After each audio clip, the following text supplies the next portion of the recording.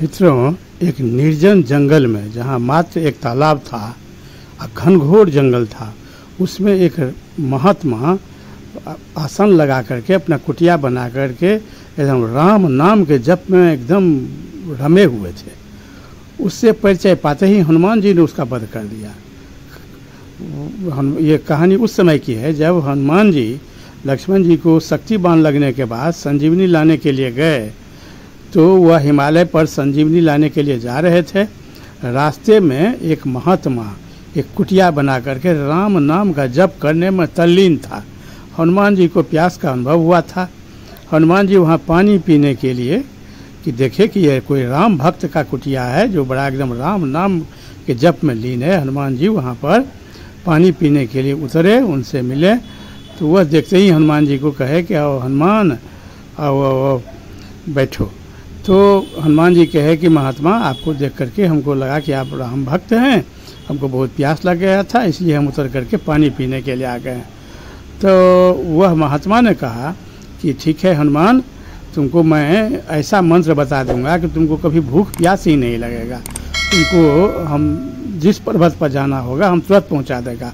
हम त्रिकालदर्शी हैं, हम जान गए कि मेघनाथ शक्तिबान मार दिया है लक्ष्मण को, लक्ष्मण मूर्छित है, तुमको एक वैद्य बताया है, तुम संजीवनी बूटी लागने के लिए जा रहे हो। तो हनुमान जी लगा कि बहुत सिद्ध महात्मा है, हमारा सब कुछ जान गया।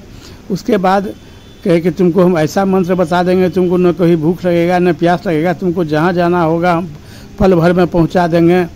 तो हम तुमको अपना चेला बना लेंगे, ऐसा मंत्र तुमको सिखाएंगे। तुम बगल में नदी है, यहाँ से स्नान करके आ जाओ, तुमको हम चेला बना करके इस तरह का मंत्र सब सिखाएंगे। तो हनुमान जी गए स्नान करने के लिए। वहाँ एक ग्राह हनुमान जी को पकड़ लिया। जब हनुमान जी को ग्राह पकड़ लिया तो हनुमान जी उस ग्राह को किसी तरह से उसको मार दिए। जब मारे तो वह एक दिव्य कन्या का रूप धारण कर ली और वह कही कि हनुमान जी, आपके पथ का बाधा मैं नहीं हूँ, मैं एक देव कन्या थी, एक ऋषि के श्राप के बस मैं इस ग्राह के रूप में आ गया, आपका पाँव पकड़ते ही मेरा उद्धार हो गया, अब मैं पुनः स्वर्गलोक को चली जाऊंगी, हमारा उद्धार हो गया। यही हमको श्राप में मिला ही था कि हनुमान जी का पाँव पकड़ते ही तुम्हारा उद्धार हो जाएगा, तो आप मेरा उद्धार कर दिए, किंतु आपके बाधा मैं नहीं था। ये जो ऋषि है वह रावण का भेजा हुआ कालनेमी नाम का राक्षस है, वह आपको वध करने के लिए और आपको रास्ता में भ्रमित करके रोकने के लिए वह यहाँ पर वो राक्षस ऋषि का भेष बन करके और राम नाम का जप कर रहा है, जिससे आप भ्रमित हो जाएं और आपका वो वध करेगा। इसीलिए आप वो कालनेमी राक्षस है। जब हनुमान जी को पता चल गया कि वह कालनेमी नाम का राक्षस रावण का भेजा हुआ है, तो हनुमान जी वहाँ से गए, कहे कि आप जो हमको मंत्र देंगे सो हम पहले आपको गुरु दक्षिणा देंगे। हम स्नान करके तो आ गए कि हम बिना गुरु दक्षिणा दिए हुए, हमारे विधान में यही है कि बिना गुरु दक्षिणा दिए हुए हम मंत्र नहीं लेते हैं, तो आपको मैं पहले गुरु दक्षिणा दे दूंगा और उसके बाद ही आपसे हम मंत्र लूँगा। तो कहने लगा कि ये गुरु दक्षिणा का क्या ज़रूरत है, हम तुमको ऐसे ही मंत्र देखें। तो हनुमान जी कहे नहीं, हमारे विधान में पहले गुरु दक्षिणा दिया जाता है, उसके बाद मंत्र लिया जाता है, हम आपको पहले गुरु दक्षिणा देंगे। तो कहा कि लाओ, क्या गुरु दक्षिणा देते हो।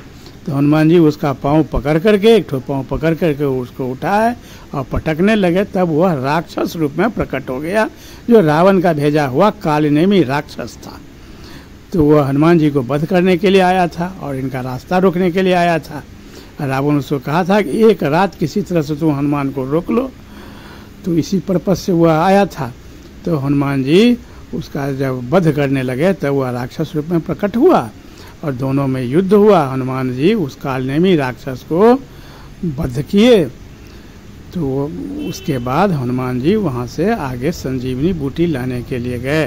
तो वह रावण का भेजा हुआ कालनेमी नाम का राक्षस था, जो हनुमान जी को रोकने के लिए आया था कि हनुमान जी को भ्रमित करके रास्ते में किसी तरह से रोका जाए। तो इसीलिए हनुमान जी राक्षस जो मुनि के भेष में था उसका वध किए, जो कालनेमी राक्षस था और मुनि के भेष में था और राम नाम का एकदम जप कर रहा था, उस जो महात्मा के नाम पर ढोंग रच करके उसको हनुमान जी ने वध किए। मित्रों बहुत बहुत धन्यवाद। इस तरह कहानी सुनने के लिए आप मेरे चैनल का साथ बने रहें। इस तरह कहानी रामायण की कहानी मैं सुनाता रहूँगा। तो जय श्री राम।